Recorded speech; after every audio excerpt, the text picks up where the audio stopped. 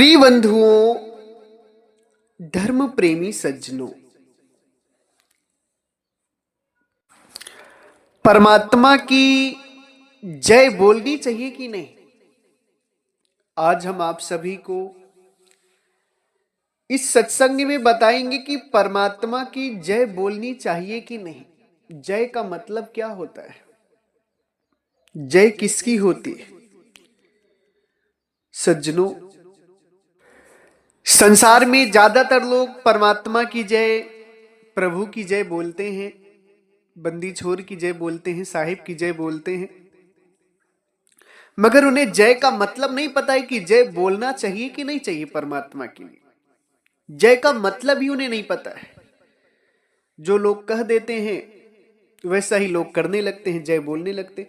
मगर आज हम आप सभी को जय का मतलब बताएंगे कि जय का मतलब क्या होता है और परमात्मा को जय बोलना चाहिए कि नहीं। सत्संग बहुत ही दिव्य है। सभी लोगों से निवेदन है कि सत्संग को पूरी तरीके से सुने। सत्संग को जब पूरी तरीके से सुनेंगे तभी जान पाएंगे कि परमात्मा को जय बोलना चाहिए कि नहीं। परमात्मा की जय बोलना पाप है या पुण्य है? जय बोलना सही है या गलत है? इसी संदर्भ में 17 मार्च को होने वाले गुरु मिलन, गुरु दर्शन, ज्ञान दीक्षा सत्संग भंडारे में सदगुरु के परम भक्त श्री गोकुल राम सैनी जी, इनकी धर्म पत्नी श्री चंद्रकला देवी जी, जो जिला झुंझुनू राजस्थान की धरती से बहुत ही सुंदर भाव है। इनके अश्रु की धारा प्रभु के लिए निकलती है। लोग तो संसार के लिए रोते हैं, मगर इनकी अश्रु की जो धारा है, आंखों के आंसू हैं, वो परमात्मा के लिए निकलते हैं। भाव विभोर भक्त हैं, बड़ा ही समर्पण है सदगुरु की सेवा में, संतों की सेवा में। हर भंडारे में आते हैं, सेवा करते हैं। बहुत ही सुंदर भाव है। खूब खूब आशीर्वाद।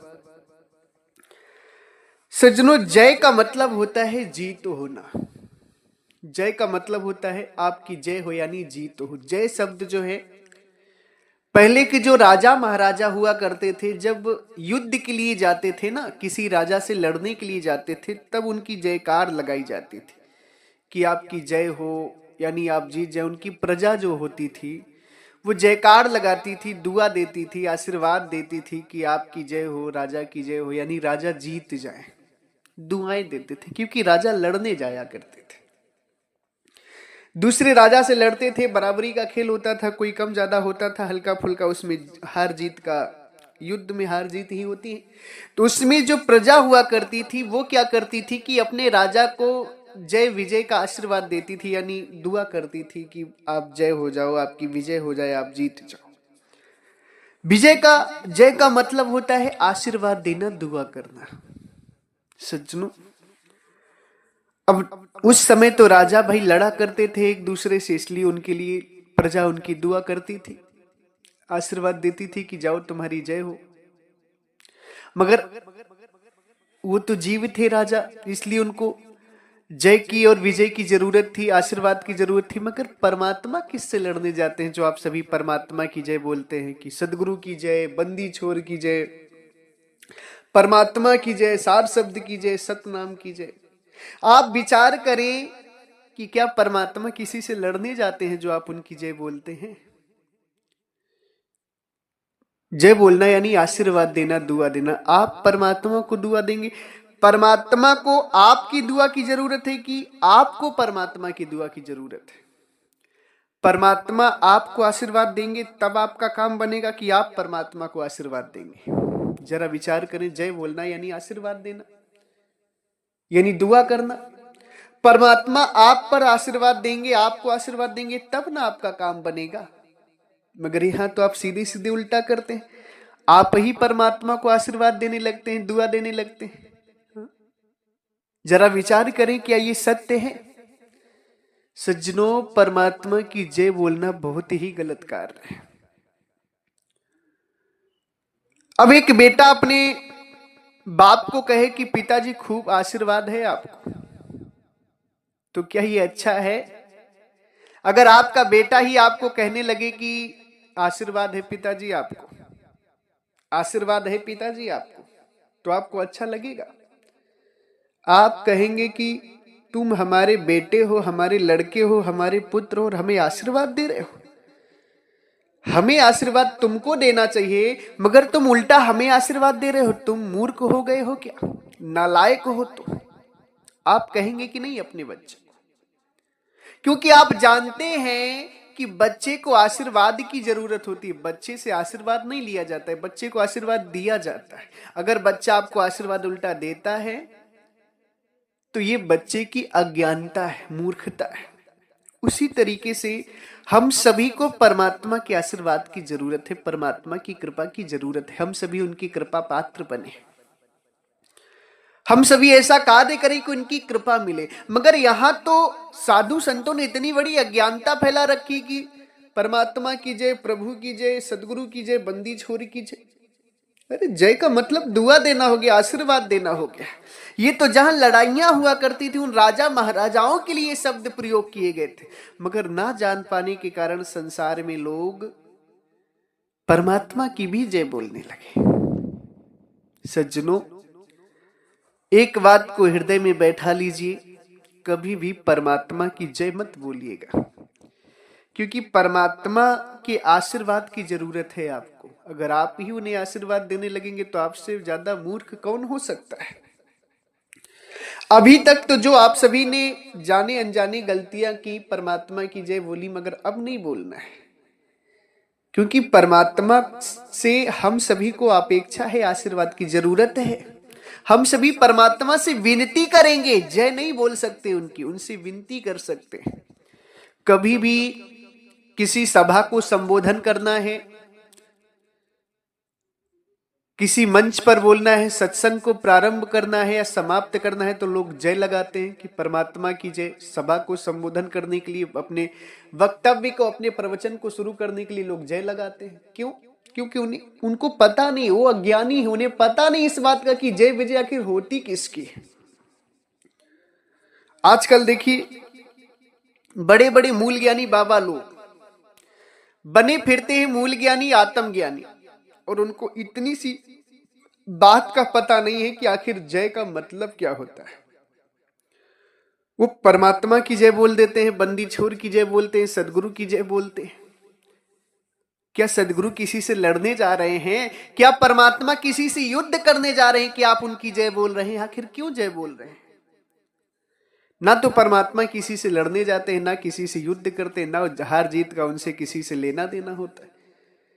ये जीव उनकी जयकारा क्यों बोलता है? क्योंकि ये जीव अज्ञान में है, इसको पता नहीं परमात्मा की पदवी क्या है, परमात्मा कौन है। आजकल के साधु संतों को भी परमात्मा का ज्ञान नहीं है। वो क्या है कि बस दो चार बाणियां जान लिए, दो चार शब्द जान लिए और बोलने लगे, शिष्य बनने लगे, धन आने लगा, इसी में भूल गए। परमात्मा का वास्तविक ज्ञान तो उनको हुआ नहीं, इसलिए वो क्या जाने कि मैं परमात्मा को जय क्यों बोल रहा हूं, आशीर्वाद क्यों दे रहा हूं। उस लोग इस बात को नहीं जानते, अज्ञानता है उनके अंदर। मगर आप सभी इस बात का विचार करें, जय बोलना मतलब आशीर्वाद देना है परमात्मा को। क्या आप परमात्मा को आशीर्वाद दे सकते हैं? आपको जरूरत है परमात्मा के आशीर्वाद की, क्योंकि आप बहुसागर में फंसे हुए, जन्म मरण में फंसे हुए। परमात्मा तो सर्वव्यापक है, सबको सुख देने वाले, आनंद देने वाले। हम उनको क्या दे सकते हैं? मगर ये जीव, ये साधु संत नहीं जानते, अज्ञानता के कारण जय लगाते। एक चीज जान लेना कि जो संत कहता है कि परमात्मा की जय हो, बंदी छोर की जय हो, दरअसल उसे ज्ञान नहीं होता है। कोई कोई तो अज्ञानता में कह देते हैं, मगर जब तक अज्ञानता थी कोई बात नहीं, अब ज्ञान हो गया है कि परमात्मा की जय नहीं बोलनी चाहिए, तो फिर परमात्मा की जय नहीं बोलिए आप सभी। हाँ, संबोधन करने के लिए आप सभी, सदगुरु का बहुत ही प्यारा शब्द है, साहब बंदगी। किसी सभा को संबोधित करते हैं, सत्संग को शुरू करते हैं या समाप्त करते हैं, तो आप सबसे प्रथम ये बोलिए कि सर्वव्यापक, सर्व पूजनीय, परम पिता परमात्मा, बंदी छोर सदगुरु कबीर साहब को साहिब बंदगी। अगर आपको किसी सभा को संबोधित करना है तो परमात्मा से विनय करके, परमात्मा से अनुनय करके, प्रार्थना करके सभा को शुरू करिए। साहब बंदगी यानी प्रभु से विनती करना, प्रभु से विनय करना, प्रभु की वंदना करना। आप जब प्रभु की वंदना करेंगे तब प्रभु आपको आशीर्वाद देंगे, आपका कल्याण होगा। आप डायरेक्ट प्रभु को आशीर्वाद ही लेने लगे तो आपका कल्याण हो सकता है? कभी नहीं हो सकता। इसलिए प्रभु को दुआ आप ना दें, प्रभु को आशीर्वाद ना दें, आप प्रभु से आशीर्वाद की कामना करें। और आशीर्वाद तभी मिलेगा जब आप बंदगी करेंगे। क्या करेंगे? बंदगी। जय नहीं बोलना है, जय बोलना ही नहीं है। अगर कोई जय बोलता है तो उसको समझाएं आप कि देखिए, जय विजय राजा महाराजाओं में हुआ करती थी, जो आपस में लड़ते थे तो उनकी प्रजा उनकी जीत के लिए जय जयकार करती थी, यानी आशीर्वाद देती थी, दुआ करती थी कि नहीं आप जीत जाओ, आपकी विजय हो जाए। मगर परमात्मा तो सर्वव्यापक है, वो तो किसी से लड़ते नहीं है, वो तो सबको सुख देने वाले, मुक्ति देने वाले हैं। उनकी हम जय कैसे कर सकते हैं? उनको हम दुआ कैसे दे सकते हैं? जब इस बात को आप हृदय में उतारेंगे तो रोंगटे खड़े हो जाएंगे कि बताओ कितनी बड़ी गलती कर रहे थे आज तक हम सभी, कि परमात्मा की जय बोल रहे थे। भाई जब तक गलती हुई तब तक हुई, नहीं जानते थे तो होती ही थी गलतियां। अब हम जान गए हैं तो अब हमें ये संकल्प लेना चाहिए कि आज के बाद से हम ऐसी गलती कभी नहीं करेंगे कि परमात्मा की हम जय बोलेंगे। हम बंदगी करेंगे, विनती करेंगे प्रभु की। किसी भी सभा को संबोधन करेंगे तो परमात्मा से विनती करके, साहब बंदगी करके संबोधन करेंगे। गुरु की बंदगी, साधु संतों की बंदगी, साहब की बंदगी। हम किसी से भी साहब बंदगी करके सभा को संबोधन कर सकते हैं, अपनी बात को रख सकते हैं। प्रभु का ध्यान भी हमारी तरफ बनेगा। नहीं तो प्रभु घट घट में समाये हुए हैं, सबको जानते हैं। साहिब क्या कहते हैं? तन की जाने, मन की जाने, चित्त की जाने चोरी, उन साहिब से क्या छुपी जिनके हाथ में डोरी। साहिब तन की भी जानते हैं, मन की भी जानते हैं, चित्त की चोरी, सब कुछ जानते हैं। क्यों? क्योंकि वो घट घट वासी, सर्वव्यापक है परमात्मा। आप जब जय बोलते हैं तो भी वो भी परमात्मा सुनते हैं, सब चीज सुनते हैं परमात्मा, सब देखते हैं। जब आप उनको कहते होंगे प्रभु की जय हो तो प्रभु सोचते होंगे कि देखो कितना नालायक है, इसको आवश्यकता है हमारे आशीर्वाद की और उल्टा ये हम ही को आशीर्वाद दे रहा है। इसलिए सदगुरु की प्यारी साथ संगत, हम सभी को कुछ चीजें ऐसी हैं जो बहुत विचार करनी है। भक्ति क्षेत्र में बहुत चीजें ऐसी हैं जो संत महात्माओं ने अज्ञानता के कारण चला रखी हैं। जैसे अपने आप को साहिब कहलाना, ये भी बहुत बड़ा पाप है। अपने आप को सदगुरु कहलाना, ये भी बहुत बड़ा पाप है, क्योंकि सदगुरु साहब तो केवल बंदी छोर परमात्मा है। हम सभी तो दास हैं, जीव हैं, अज्ञानी आत्माएं हैं, जिनको सदगुरु के सहारे की आवश्यकता है, सदगुरु की दया की आवश्यकता है, सदगुरु के आशीर्वाद की आवश्यकता है, ताकि हम सभी मुक्त हो सके। मगर आजकल के साधु संत मान बढ़ाई के चक्कर में, धन दौलत के चक्कर में स्वयं को साहब कहते हैं, अपने नाम के आगे सदगुरु लगवाते हैं, और तो और जयकारा भी लगवाते हैं, सदगुरु को भी जय बुलवाते हैं, स्वयं की भी जय बुलवाते हैं। तो ऐसी जो कमियां हैं, जो अज्ञानता है, जो संतों ने फैला रखी, इसको दूर करना है आप सभी भक्तों को। क्योंकि संतों को समझाने जाएंगे ना तो वो बहुत अहंकारी होते हैं। जो संत के दो चार चेले बन गए ना तो उसके अंदर एक अहंकार आ जाता है। मैं ये नहीं कहता हूं कि सारे संत अहंकारी होते हैं। संत तो अहंकार का हनन करते हैं, खत्म करते हैं अहंकार को। मगर कुछ जीव जो होते हैं ना, जो संत के भेष पर होते हैं, केवल अंदर से संत नहीं होते, उनके अंदर अहंकार आ जाता है। अगर उनको कुछ ज्ञान बताओ या कुछ उनकी कमी दिखाओ, समझाओ, सुधारने की कोशिश करो तो उल्टा आपको झगड़ा कर लेते हैं, चैनलों पर स्ट्राइक दिलवा देते हैं, चैनल बंद करवा देते हैं।